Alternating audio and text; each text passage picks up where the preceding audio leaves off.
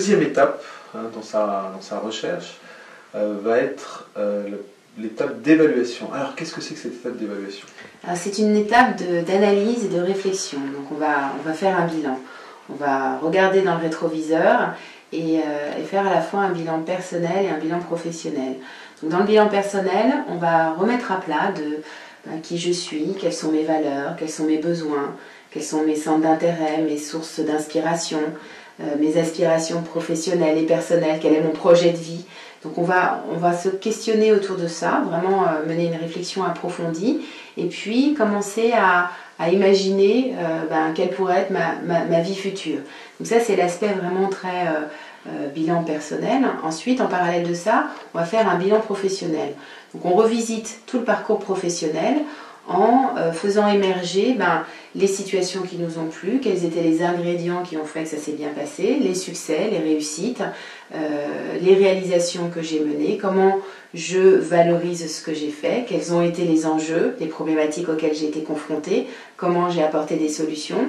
Et à partir de là, à partir de ces réalisations, comment j'en retire en fait des compétences qui peuvent être de trois ordres, l'ordre du savoir-faire, du savoir-faire-faire, mais également du savoir-être et du savoir tout simplement. Donc je retire j'en illustre mes compétences, je fais ressortir mes compétences et je me questionne également sur qu'est-ce que j'ai de différenciant, quels sont mes talents.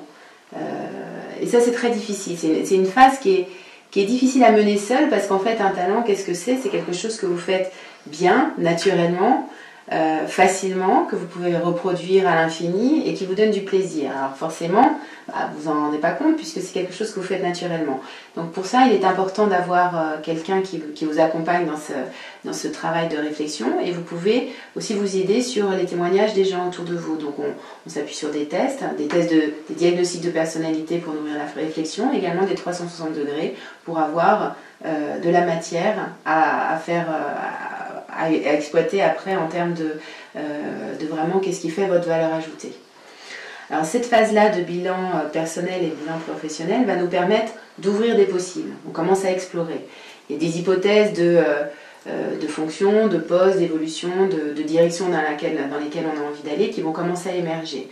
Donc c'est vraiment une phase d'ouverture. On ouvre le champ des possibles. Pour l'instant, on s'autorise tout en fonction vraiment de ses aspirations, de ce qu'on aime faire, de ce qu'on a envie de faire, de ce qu'on peut faire. Pour l'instant, on ne se brime pas.